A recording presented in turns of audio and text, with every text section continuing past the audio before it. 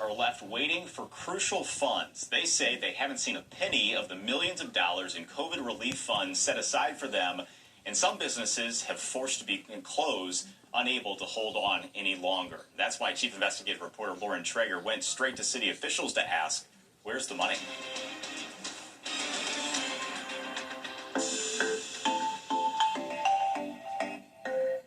A new style, a fresh manicure, all relaxing and rejuvenating. A woman's hair is definitely her glory. For the clients at Locks of Glory, a salon and spa on Delmar in St. Louis.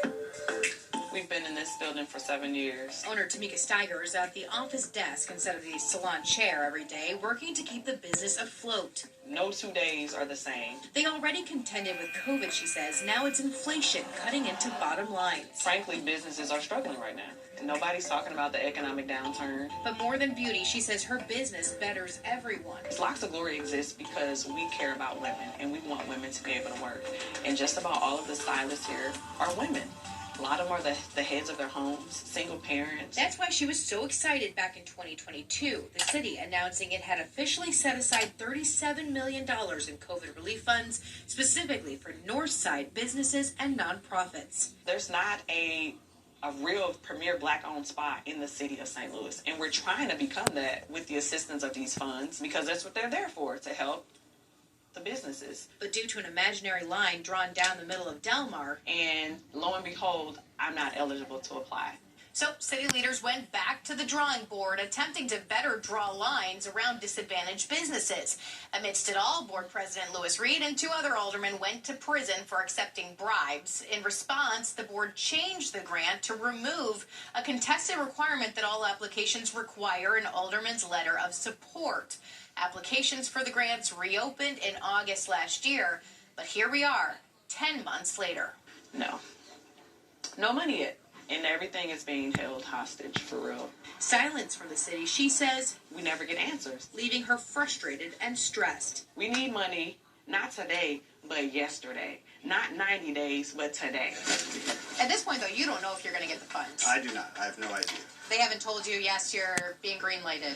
Nope, I have not. Jonathan McGee, owner of McGee Masonry, too, is wondering, where is the money? Especially when you're waiting on funds that can help grow and expand and keep your business sustainable. And this is money that we're relying on. We need this in order to continue. He's built his business through COVID. I was the supervisor. I was the bricklayer. An influx of funds would help him, he says, teach trades, focus on fixing up the city and lifting up those who live in it. So that they can survive and prosper and live the life that we all want and that we all believe we deserve. But opportunities right now are up in the air. They tell us, hey, you weren't chosen for the funds. That doesn't stop the mission at all. The mission still has to go on. As we sit here today, can you guarantee that money will be out by summertime? I can't guarantee 100% of the funds will be out by summertime because it's dependent on the responsiveness of the businesses. First Alert 4 Investigate sat down with Neil Richardson, president and CEO of the St. Louis Development Corporation, or SLDC, the city agency in charge of doling out the dough. What I would say is before the end of summer, we would have announced the awards for the entire allocation. So I can guarantee you that. The money's coming. That the money's coming, yes. Right now, he says, applications are being assessed. Some $5,000 technical assistance funds are being given out. Still, hundreds of businesses and nonprofits identified more than $700 million in need, but they only have $25 million left to give out. How do we make the greatest impact with the funds that we have available while being able to continue to provide resources and support to businesses that may not be funded through the grant? They've hired a third party called Grow America to help make the assessments. Richardson says they want to be diligent that they're complying with federal government guidelines and not giving grants to businesses who can't manage them. That will be a black eye for not just for that business, not just for SLDC, but for the city. We cannot be short-sighted and allow ourselves to move fast.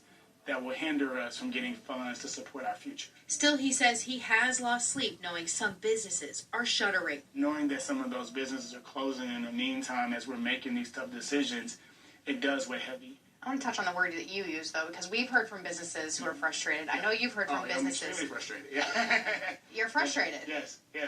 So I am frustrated with the process. I'm frustrated that we were not able to get the money in the hands of the businesses a year ago.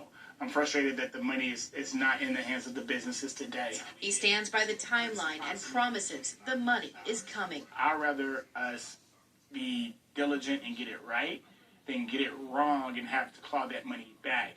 I know you get a check every 2 weeks, SLDC, but we don't. Still, Steiger says she's not satisfied with those answers. In the meantime, closing down her beauty supply business 2 doors away from Locks of Glory. Everybody points fingers and nothing happens. Nobody's held accountable, and it's just not right. Saying it's been way too long for businesses that need the money now. You scratched out the ones that were fraudulent. Cut the check. It's that simple. Both the businesses and Richardson acknowledged the timeline has been delayed because many businesses hadn't filled out their applications correctly since they're not used to applying for public dollars.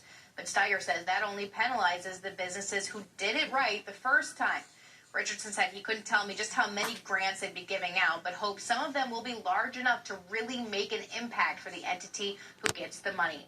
We've got more information on the timeline of this funding at our website, firstalerts4.com, and we'll continue to track the whole issue. For First Alert 4 Investigates, I'm Lauren Traeger.